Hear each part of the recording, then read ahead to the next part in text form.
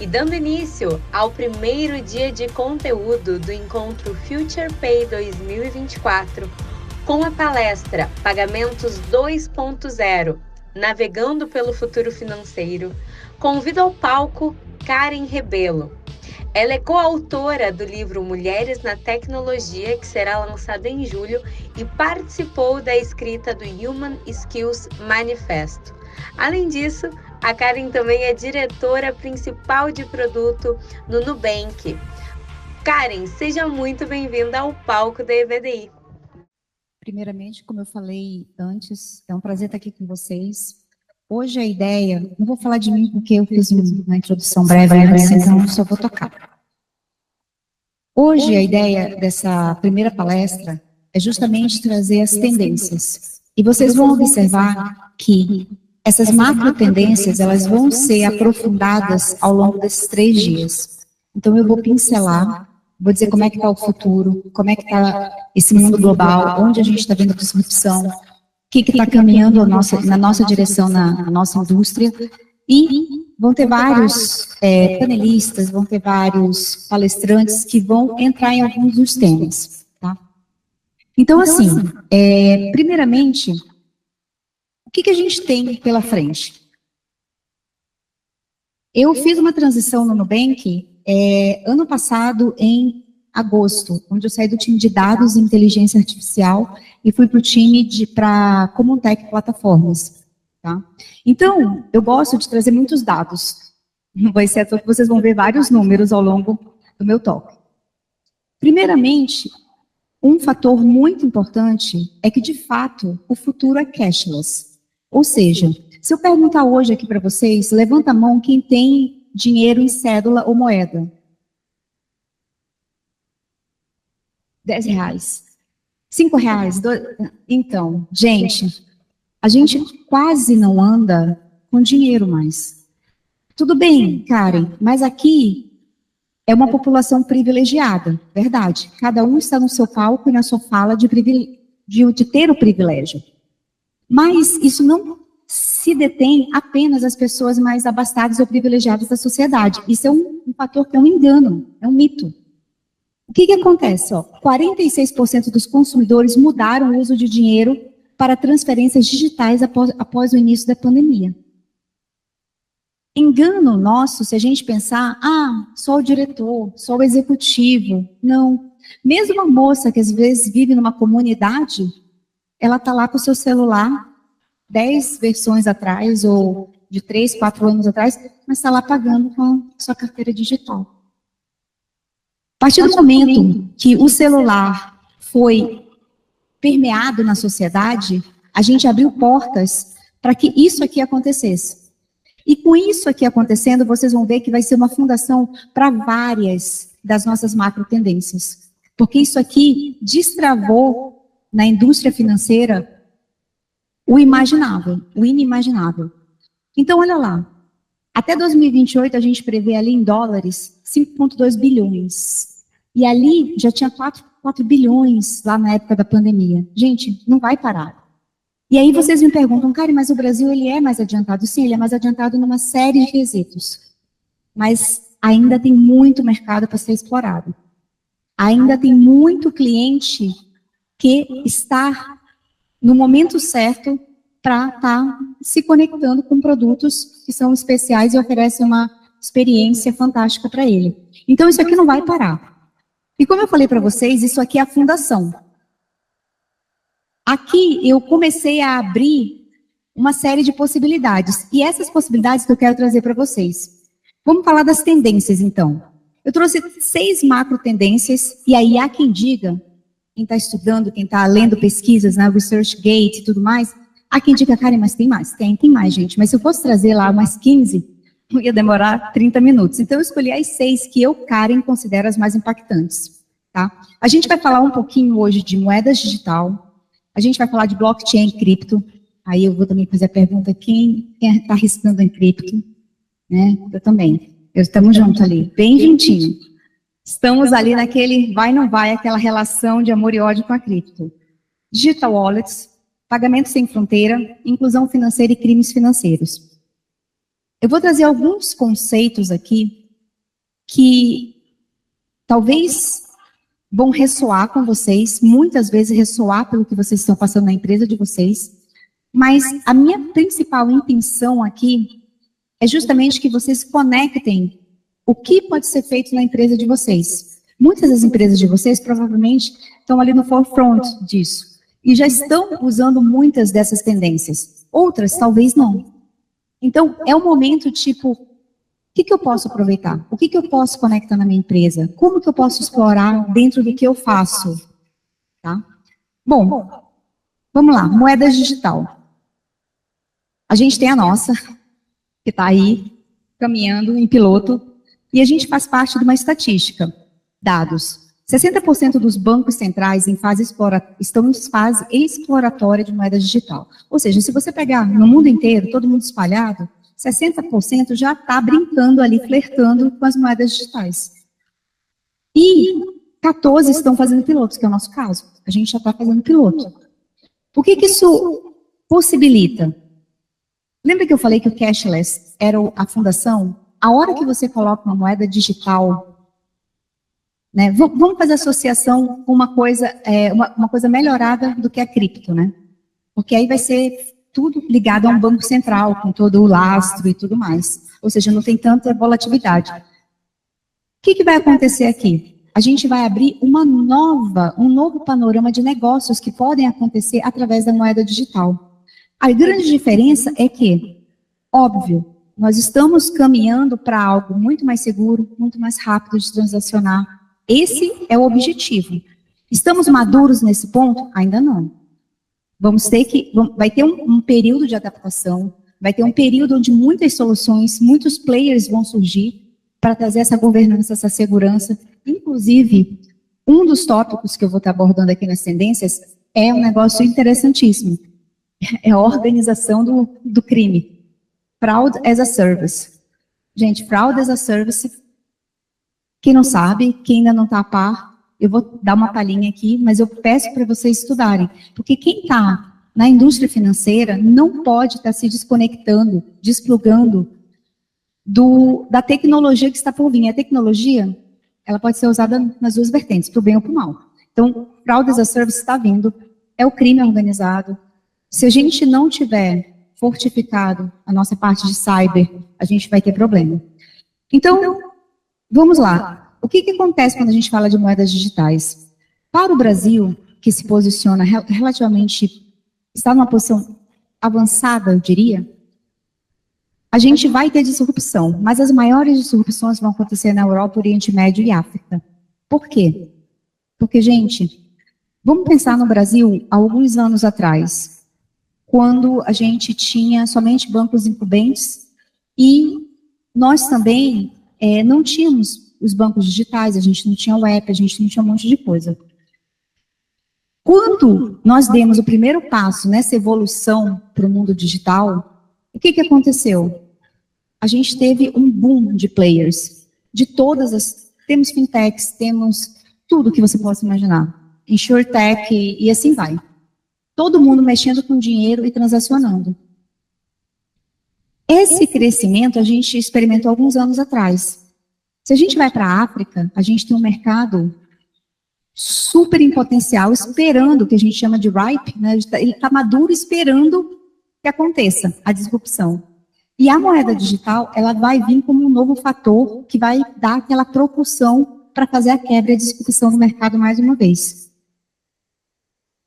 É óbvio que a gente não pode deixar de falar da parte de cripto e esse armazenamento dela.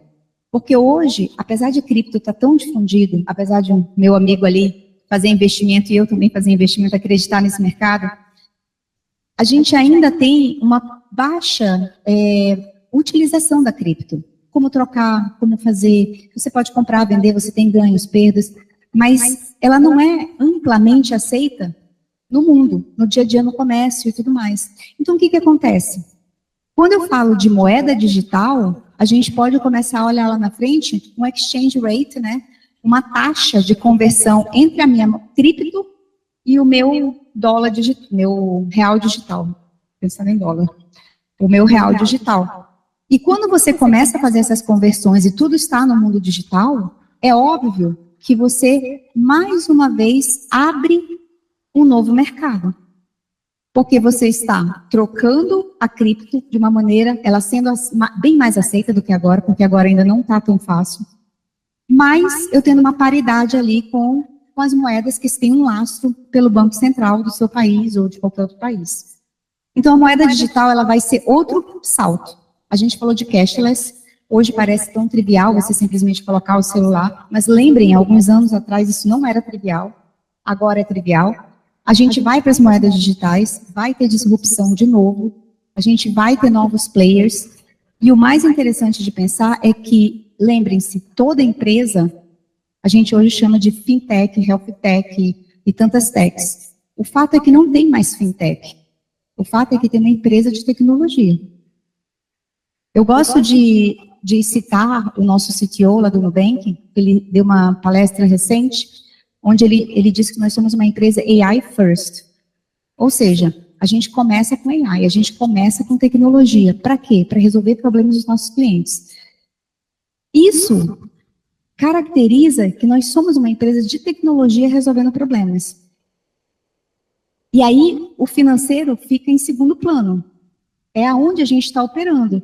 E muitos de vocês aqui estão na mesma situação. Vocês são empresas de tecnologia que estão operando num determinado ramo.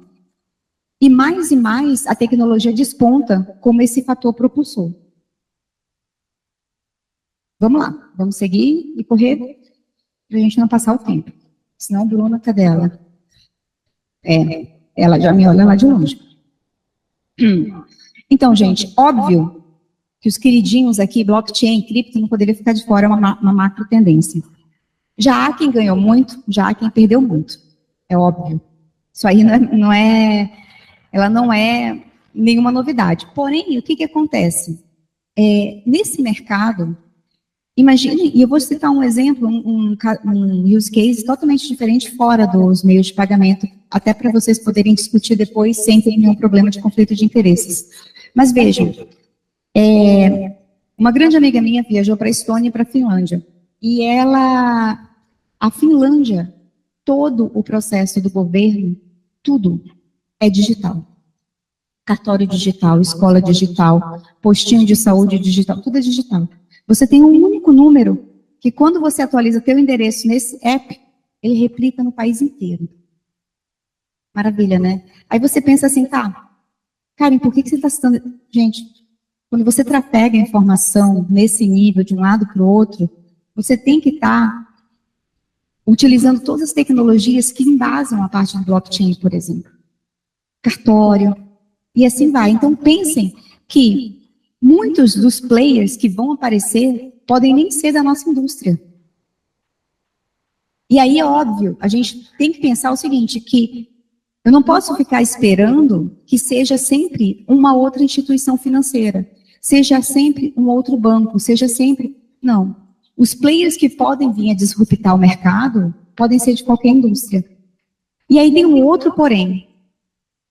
A demanda de talentos nessa área, ela vai ser enorme. Então, por exemplo, se hoje todos vocês já têm dificuldades de atrair e reter talentos na área de tecnologia, pensem que vocês vão ter duas outras áreas para se preocupar, que estão embutidas na tecnologia, mas vão ser cruciais para o futuro. Inteligência artificial, pensem que vocês vão precisar de talentos assim, e talentos que dominam a parte de blockchain e cripto, porque é outra alavanca de crescimento, é outra alavanca de disrupção. Aqui no Brasil a gente está bem adiantado, mas eu trouxe esse panorama aqui do lado de outros países para a gente ver. Olha aqui, gente, United Kingdom. Olha a adoção. O que isso quer dizer? Um mundo ainda mais globalizado, um mundo onde o dinheiro está circulando de uma maneira muito mais fácil. E aqui, a gente não está vendo nenhum desaquecimento. As carteiras, hoje, se você viaja domesticamente ou internacionalmente, você chega com o seu celular, você paga. Então, algo que antes era muito restrito, você tem um cartão de crédito internacional, gente, você pergunta que a vovó fazia. Hoje já não se faz mais. Hoje já não se faz mais. Porque hoje você leva o teu app, tua carteira digital, o teu Apple Pay, seja lá o telefone que vocês têm, encostou, passou. Simples assim. E isso, basicamente, aconteceu por conta do benefício da comodidade. E aí eu queria trazer um conceito, que é muito da minha área de produto, que é o seguinte: tudo que a gente está falando aqui, existe uma dor muito latente no cliente.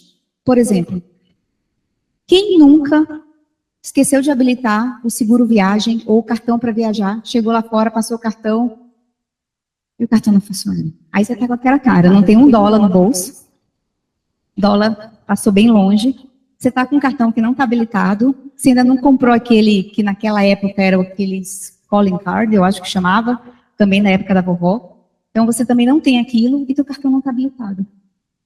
Gente, isso aqui resolve uma dor muito latente. E quando a gente começa a ancorar todas essas evoluções em dores que os nossos clientes estão tendo, você vê por que o crescimento é contínuo. E o mais interessante é que eu quero trazer um insight para vocês, que tudo que está associado a uma digital wallet, o QR Code, Open Bank e os super apps, eles são, em teoria, soluções de fácil uso e de baixo custo. O QR Code, gente, é a coisa mais simples do mundo. Você vai lá, a gente mesmo acabou de ler aqui para ter acesso ao e-book. Você pode ler para fazer um pagamento.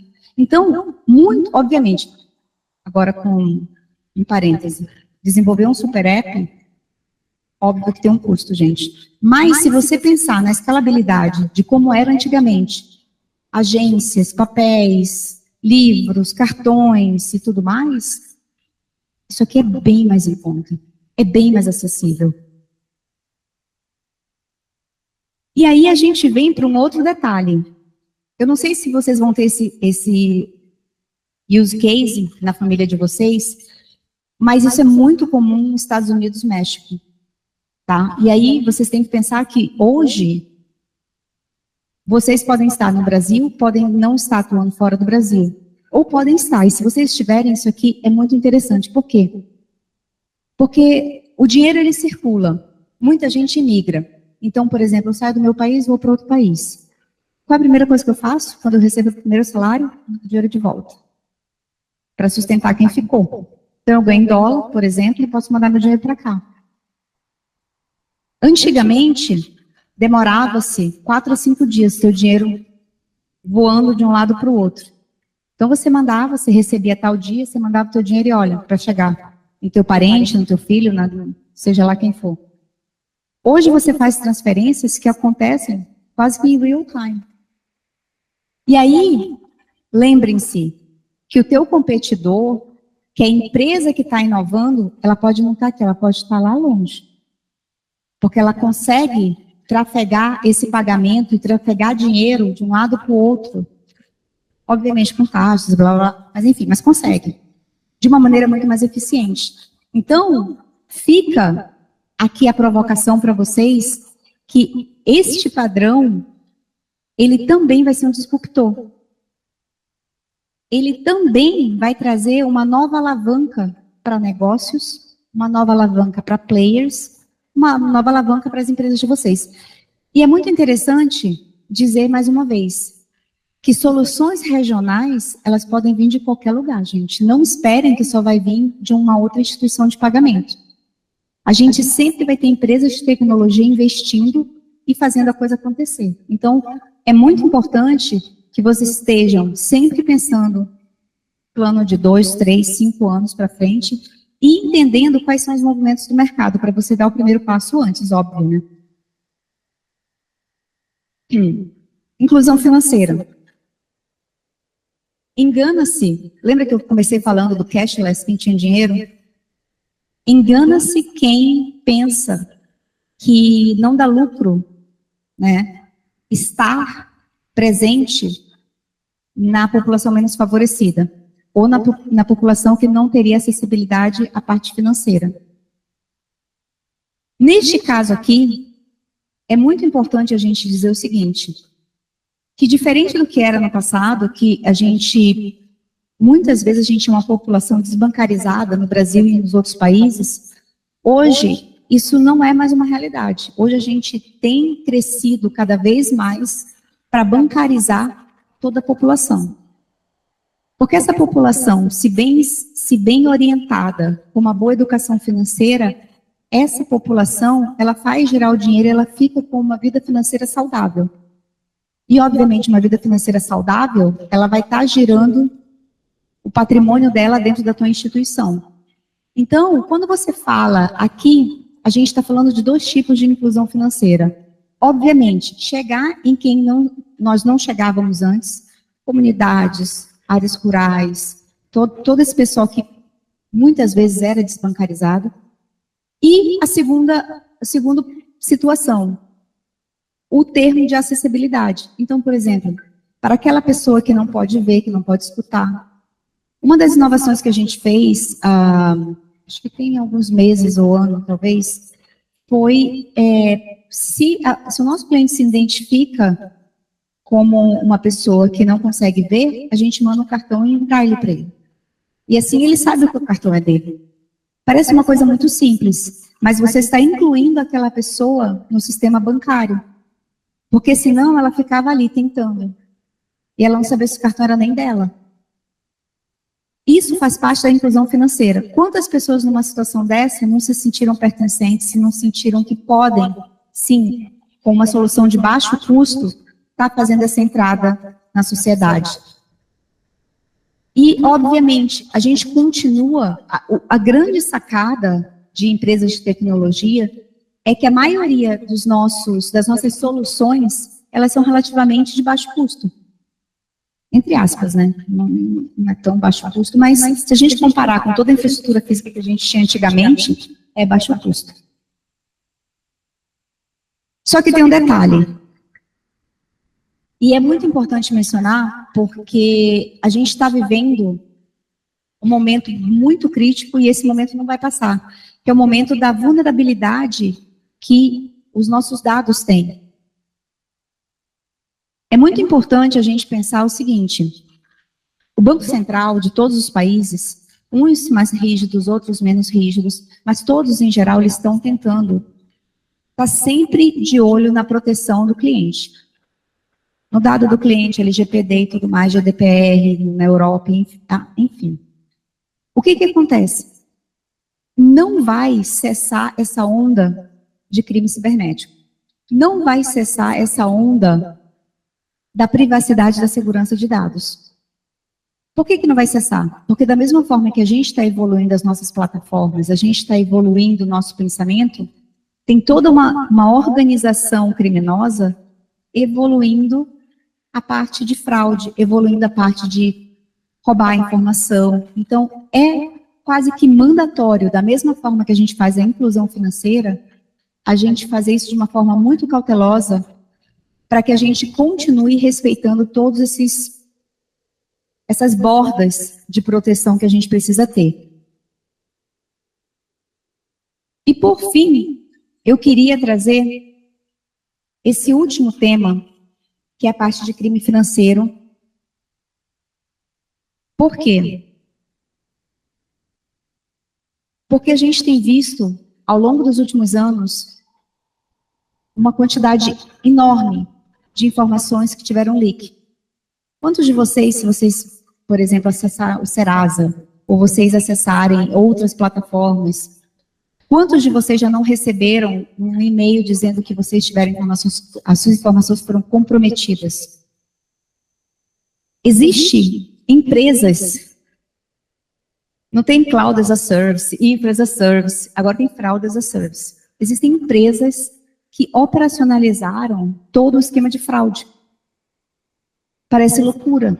É que nem pensar que existe um crime organizado nas comunidades e às vezes eles são até mais tecnológicos do que o resto das outras áreas da vida, né? Mas é a mais pura verdade. Hoje existem organizações tecnológicas do crime. Elas operam como se fossem empresas de tecnologia.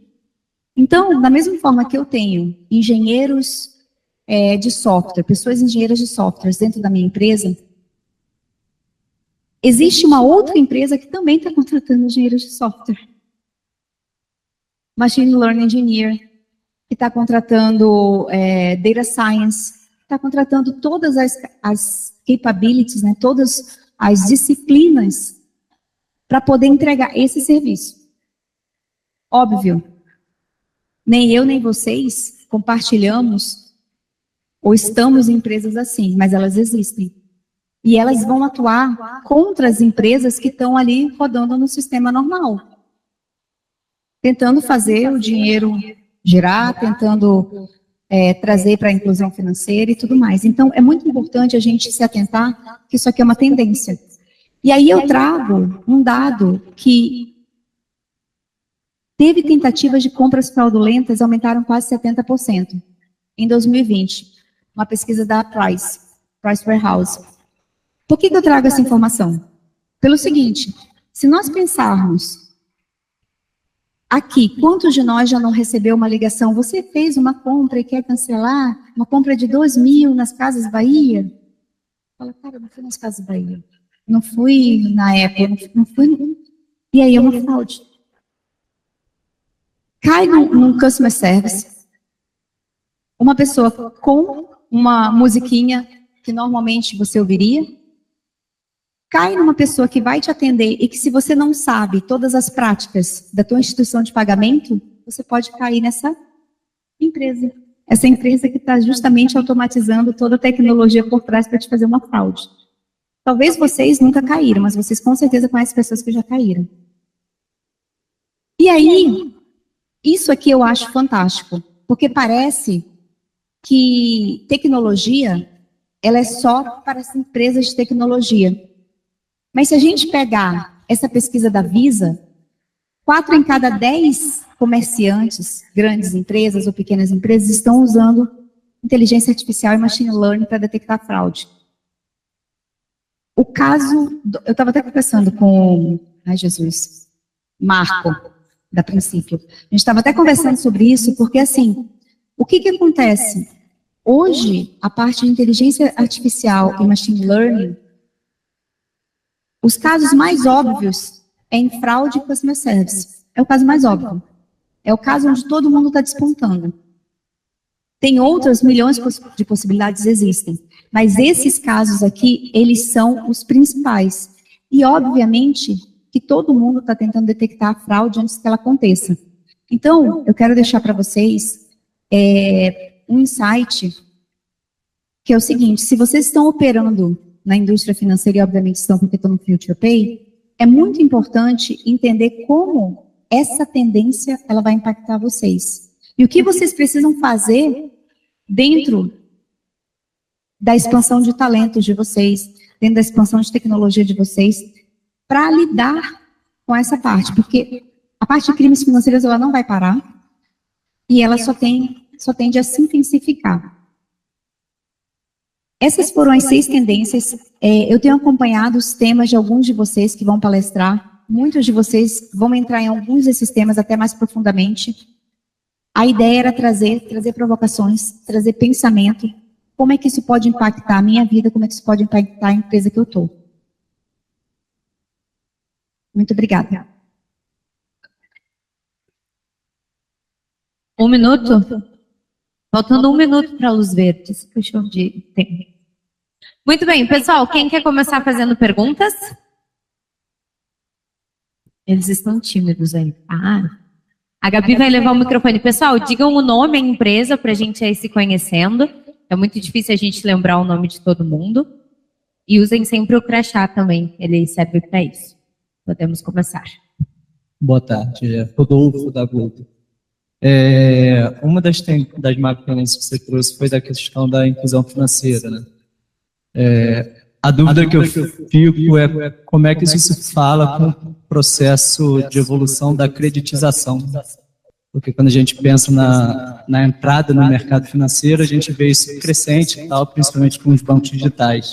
Mas quanto que isso vai chegar do ponto de vista de dar crédito para esse cliente? E quando é que você enxerga a pulverização disso?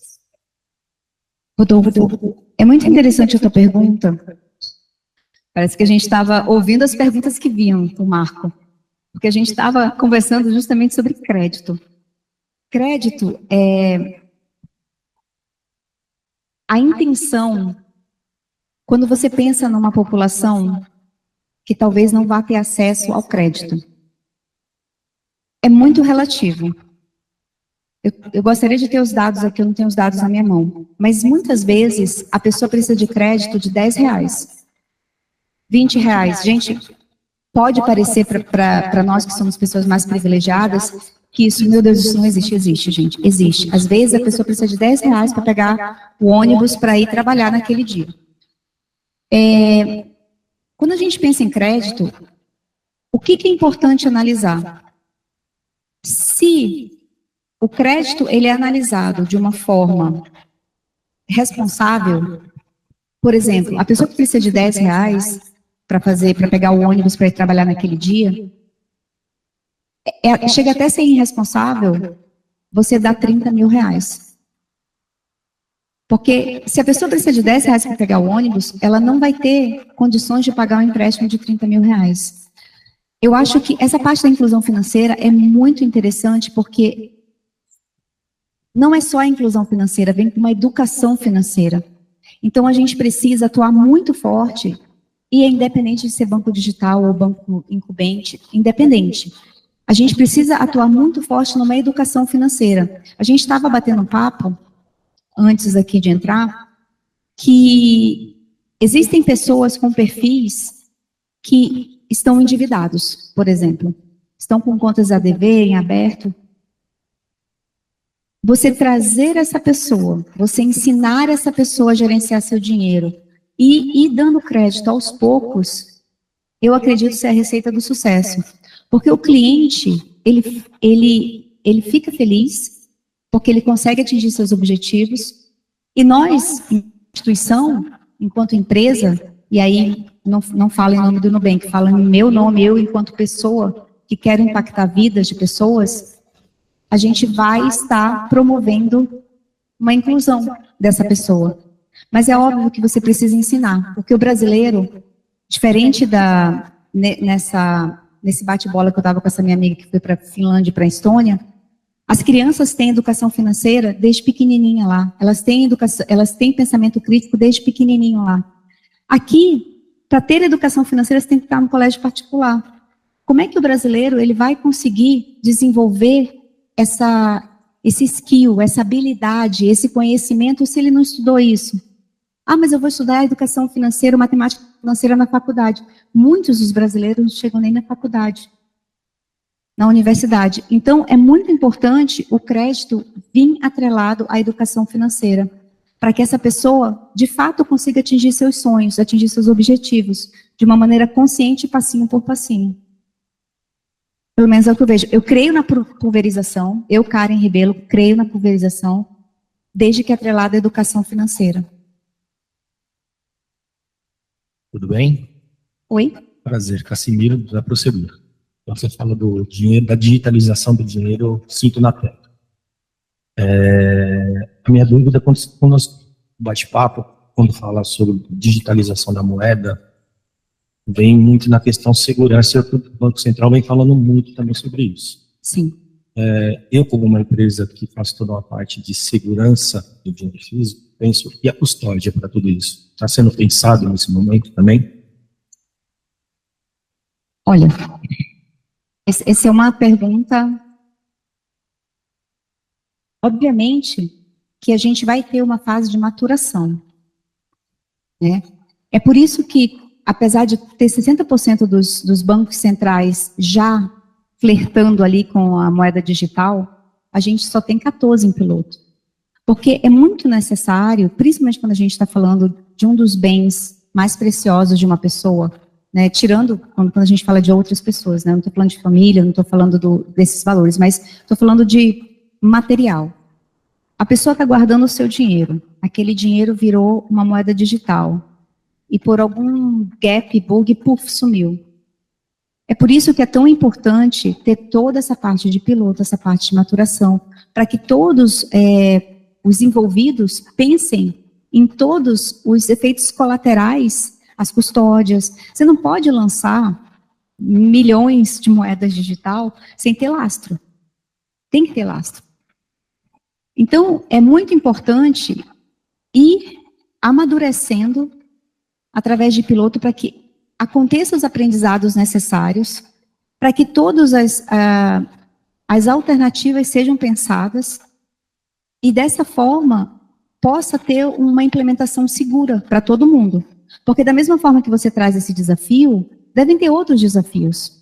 Eu não estou envolvida diretamente no piloto, mas seguramente tem muita gente inteligente de várias instituições pensando e tentando entender quais são os efeitos colaterais, quais são as contingências que nós precisamos ter para que seja uma implementação de sucesso.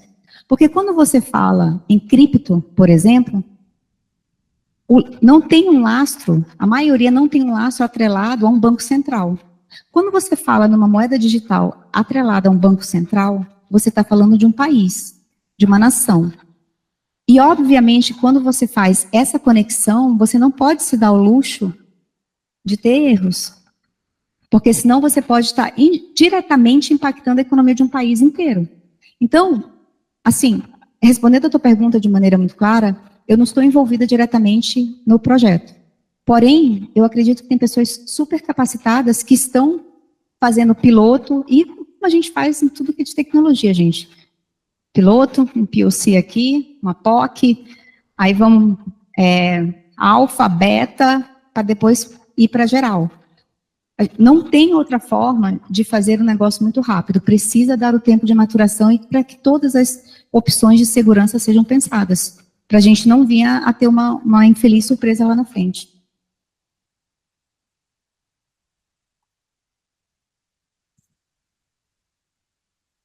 Alô, Power, obrigada.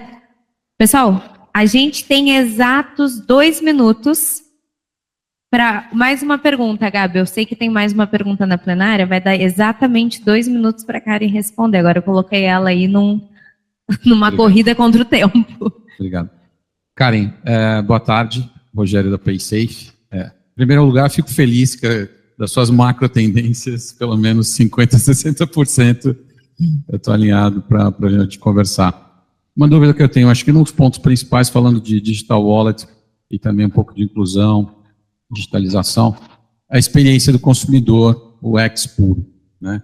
A gente sabe o boom que teve aí nos últimos anos, mas a gente ainda continua tendo alguns entraves nesse processo. Do teu ponto de vista, como é que você vê essa evolução? Porque ao mesmo tempo que a gente fala da evolução, carteiras digitais, blockchain, de cripto, de outros avanços, nós vamos continuar entrando novos usuários dentro desse mercado, já com uma concepção diferente, nasceram digitais, e a gente tem que combinar os dois públicos, né? O que vem até aqui com o que starta daqui para frente. Como você vê um ponto de melhoria para ter esse UX aí dentro desse flow? Eu acho que eu vou trazer a resposta para o primeiro grande ponto, que eu creio que faz toda a diferença e não é implementado na maioria das empresas, tá? Pode ser que seja o caso da tua, e aí se for, cara, muito bem. Mas não é uma prática tão comum. Eu gosto de um livro fantástico da Teresa Torres, que é Continuous Delivery e Continuous Discovery, que é a descoberta contínua, para você entender dores, e gente, super recomendo esse livro, é fantástico. É de produto, quem não é produteiro, me perdoa, mas é um livro fantástico. E acabou o tempo? Acabou, mas vamos responder. Posso terminar? Termina. Rápido. O que acontece? Quando você faz a descoberta contínua, muitas vezes, quem está fazendo essa descoberta contínua, às vezes não é um pesquisador, não é um UX, um research, não é. E a gente tem um grande gap nos nossos talentos, nas nossas equipes, a falta de pessoas da complementaridade das disciplinas. Eu creio que para unir ou a geração alfa com a geração X, boom, whatever, o que vai precisar? Vai precisar uma análise muito detalhada de toda a jornada.